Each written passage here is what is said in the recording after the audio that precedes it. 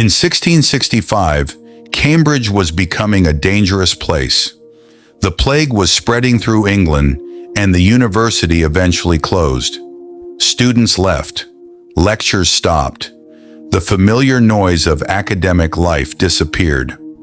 One young student returned to his family home in Woolsthorpe, Lincolnshire, carrying little more than his books, notebooks, and questions.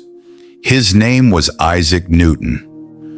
Away from Cambridge, Newton spent the next 2 years working intensely on mathematics, optics, mechanics, and ideas about gravity. There was no classroom demanding his attention, no audience waiting for his next discovery, and no constant stream of people telling him what to think about next. The world around him had become quieter, and in that quiet, his mind became unusually busy. Newton did not become brilliant simply because he was alone, but solitude gave his thoughts something modern life makes increasingly difficult to find: uninterrupted space to develop. That distinction matters because most people misunderstand solitude. They think being alone means having nobody around you. It doesn't. You can sit alone in a bedroom with your phone in your hand and never experience a single minute of solitude. A notification appears. You check it. A video starts.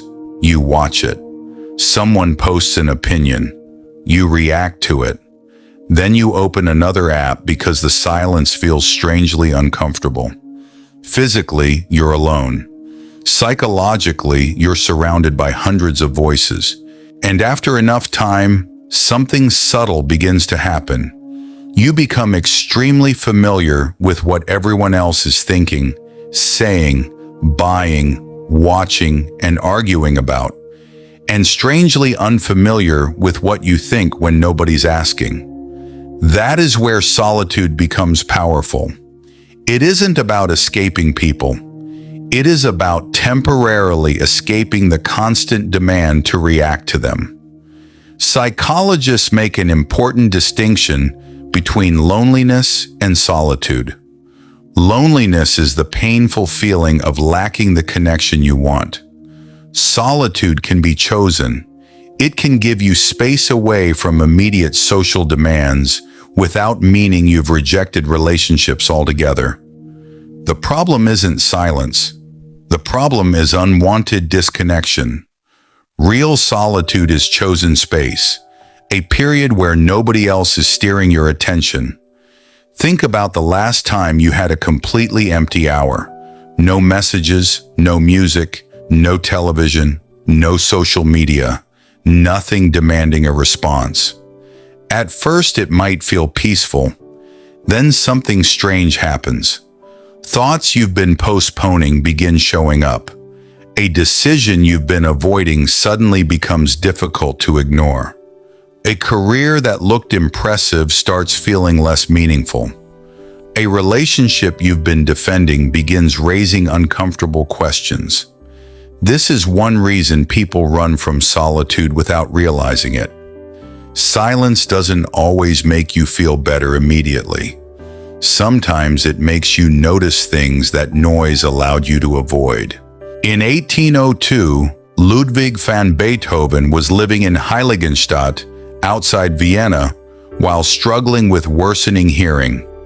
He wrote a deeply personal document to his brothers, later known as the Heiligenstadt Testament, and asked that it be read after his death. In it, he described his despair, his withdrawal from society, and how his hearing loss had forced him into increasing isolation. He even admitted how close despair had brought him to thoughts of ending his life. But the document also reveals something else. He still believed he had more music inside him that he had not yet created. His art gave him a reason to continue. Beethoven did not choose the silence entering his life. But within that unwanted isolation, he discovered that his relationship with music could exist beyond the approval of an audience. He could no longer trust his ears the way he once had. Yet his inner musical world remained alive.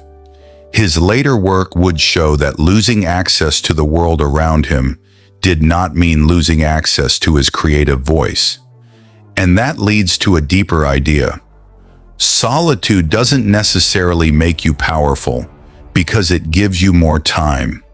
It can make you powerful because it gives you back authorship. When you're constantly surrounded by other people's opinions, your identity can quietly become reactive. Someone criticizes you and you change. Someone succeeds and suddenly your own progress feels inadequate. You aren't necessarily choosing your direction anymore. You're adjusting it in response to everyone else's movement. Solitude interrupts that process. For a little while, there is no audience to impress, no comparison to win, and no reaction to manage. You're left with a harder question. If nobody were watching, what would I actually want? That question can change a life, because many decisions that look like ambition are actually comparison. You don't necessarily want the career. You want the status attached to it. You don't necessarily want more followers. You want the feeling of being seen. Solitude can expose the difference. When the audience disappears, some goals suddenly lose their emotional power. Others become stronger. A person who never spends time alone can spend years chasing a life they never consciously chose. This is also why solitude can be valuable for creativity. Your mind doesn't always need more information. Sometimes it needs enough silence to connect the information it already has. Newton's years away from Cambridge didn't magically place brilliant ideas into his head. They gave him uninterrupted time to work through questions that were already occupying him. Beethoven's isolation didn't manufacture his talent. It forced him to confront his inner creative world without relying on the normal feedback of hearing, performance, or constant social contact. In both cases, the important thing wasn't simply being alone. It was having fewer interruptions between the person and the work. Modern life has made that harder than ever. You can wake up and immediately enter other people's lives before you've even entered your own. Before breakfast, you've already seen someone's vacation, someone's argument, someone's success, someone's opinion about what you should care about. Then you spend the rest of the day reacting. Your attention gets scattered across hundreds of tiny signals, and somewhere inside that noise, your own thoughts become difficult to hear. This is why real solitude doesn't require disappearing from society. It can be as simple as walking without headphones, sitting somewhere without your phone, writing without posting, or thinking without immediately asking someone else what they think. The point isn't to become antisocial. The point is to give your mind a room where it doesn't have to perform. And when you do that consistently, you begin noticing your own patterns. You discover what actually drains you. You recognize which ambitions are genuinely yours and which ones were borrowed from other people. That may be the part of solitude people misunderstand most. The goal isn't to become someone who needs nobody. That's not strength. Humans are social creatures, and meaningful relationships matter. The goal is to become someone who can be connected without being dependent on constant connection for their identity. Someone who can enter a crowded room without losing themselves inside it. Someone who can hear other people's opinions without immediately replacing their own. Because once you become comfortable in your own company, being alone stops feeling like punishment. It becomes a place where you can think. And maybe that's why solitude makes certain people seem unusually powerful. They don't need to fill every silence. They don't need immediate reassurance.